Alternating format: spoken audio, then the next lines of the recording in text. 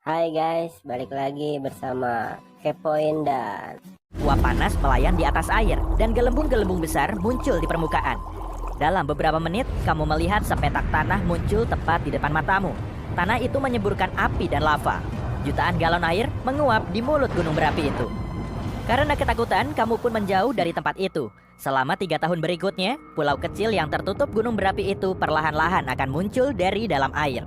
Setiap hari, gunung ini akan meletus dan memenuhi langit dengan abu hitam. Saat mengendap, abu itu akan tercampur dengan air dan membentuk pantai. Letusan itu berlangsung selama 3 tahun, dan akhirnya pada tahun 1967, Pulau Surtsey di pesisir selatan Islandia terbentuk sepenuhnya. Surtsey adalah salah satu dari sedikit pulau yang telah muncul dari kedalaman menuju permukaan laut. Tapi, hampir tidak mungkin untuk sampai di sana. Pulau itu mempunyai sistem ekologi unik, dan ilmuwan ingin tahu bagaimana perkembangannya tanpa campur tangan manusia. Hanya sedikit orang dari seluruh dunia diizinkan untuk berjalan-jalan di pulau itu. Tempat berikutnya tampak tidak ramah dari kejauhan. Kita sekarang di Australia, di Laut Tasman. Di sini, sebuah punggung bukit besar menyerupai sirip tajam hiu raksasa menyembul dari air. Ketinggian gunung ini sekitar 550 meter, hampir 2 kali tinggi Menara Eiffel. Tempat ini dinamakan Piramida Ball dan berlokasi di tengah pulau gunung berapi tak berpenghuni. Sulit untuk sampai ke sini sebab lanskap berbatu tempat itu tidak bisa diakses. Pulau itu pertama kali ditemukan pada tahun 1788. Saat itu, ya aku belum ada waktu itu, pulau ini dianggap tandus dan tanpa kehidupan. Tapi lebih dari 200 tahun kemudian, pada tahun 2001, sekelompok ilmuwan tiba di pulau itu dan mereka menemukan beberapa makhluk luar biasa di sana. Secara tidak sengaja, mereka menemukan serangga paling langka di dunia. Ini terjadi saat para peneliti sampai di pulau itu, mendaki ke ketinggian lebih dari 30 meter dan melihat sebuah semak. Di bawahnya, mereka melihat koloni serangga yang dikenal sebagai lobster darat atau sosis berjalan. Makhluk ini termasuk keluarga serangga ranting. Masing-masing panjangnya sekitar 15 cm, seukuran sosis bratwurst. Tambahin mayo enak kali ya. Yum. Kembali ke serangga. Pada hari itu, mereka menemukan 27 serangga, tapi sejak saat itu, populasinya mulai bertambah. Makhluk-makhluk ini dipercaya telah punah di awal abad ke-20. Tapi sebaliknya, serangga-serangga itu justru berhasil sampai ke Piramida Ball dan bertahan. Perhentian kita selanjutnya adalah Brazil, hampir 150 km dari pusat Sao Paulo.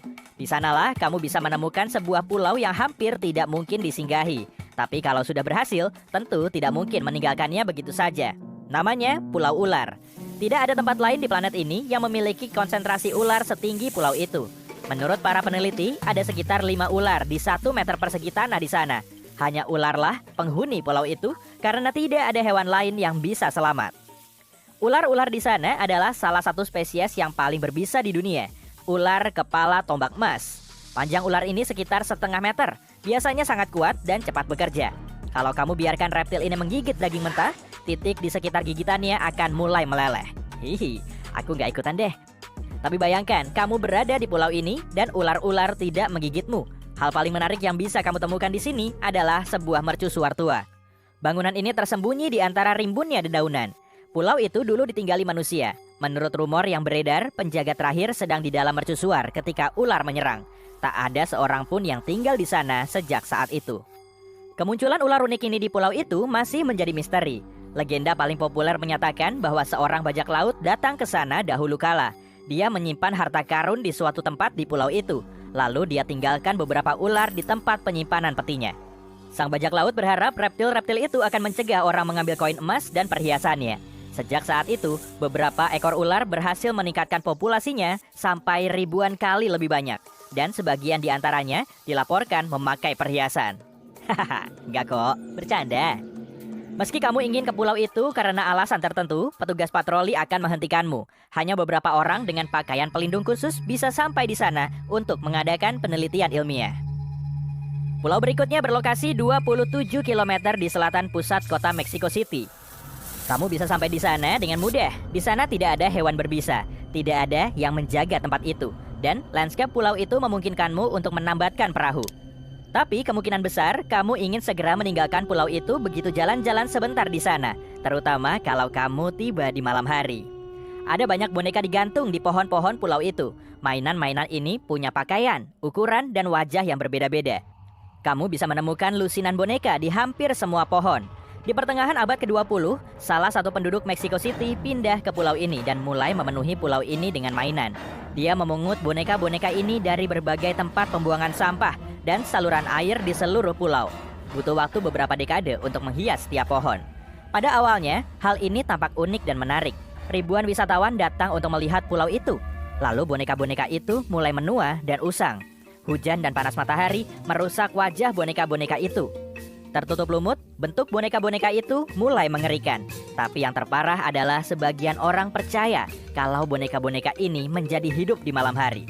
Bayangkan, kamu berkeliaran sendiri di pulau itu malam-malam, di bawah cahaya bulan, dan tiba-tiba melihat sebuah boneka bermata satu tergantung di pohon. Dia memutar kepala ke arahmu. Sedetik kemudian, kamu pasti sudah meloncat ke dalam perahu dan berlayar menjauh secepat mungkin. Salah satu tempat yang paling tidak aman dan tidak bisa diakses berlokasi di perairan Teluk Benggala. Ini adalah Pulau Sentinel Utara. Pulau ini berupa tanah sempit yang mirip surga tropis. Tapi, kamu tak akan bisa sampai ke sana karena dua alasan. Sejak 1956, perjalanan apapun menuju pulau itu telah dilarang oleh undang-undang. Selalu ada beberapa kapal yang berkeliling dan berpatroli di area itu. Alasan yang kedua ada di pulau itu sendiri. Bayangkan, kamu berhasil melewati perahu patroli. Kamu berlayar dengan perahu kecil menuju pantai. Air sebening kristal di sekelilingmu. Kamu bahkan bisa melihat ikan berenang-renang dan terumbu karang indah. Di depan, tampak pantai keemasan dan pepohonan menghijau. Dan di antaranya, kamu melihat titik-titik kecil. Kamu mendekat, dan sebuah anak panah melesat beberapa sentimeter dari wajahmu. Anak panah berikutnya menancap di lambung perahu kayumu. Titik-titik yang kamu lihat tadi adalah manusia, suku Sentinel setempat. Mereka berdiri dengan busur di tangan, melepas anak panah dan melemparkan tombak ke arahmu. Mereka meneriakkan sesuatu dan melambaikan tangan. Kamu tahu mereka tidak senang melihatmu dan akan melakukan apapun untuk menghalangimu mendarat di pantai.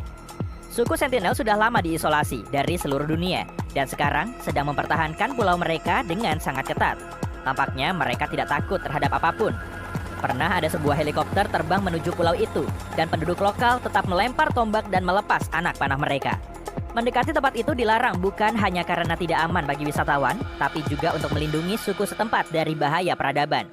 Orang-orang yang datang dari daerah lain bisa dengan mudah membawa penyakit ke pulau itu dan menulari penghuninya. Penduduk lokal tidak kebal bahkan terhadap flu atau demam biasa, apalagi ponsel pintar. Di samping itu, pulau tersebut dikitari oleh terumbu karang. Ini menjadikan kapal-kapal besar sangat kesulitan untuk mencapai pantai.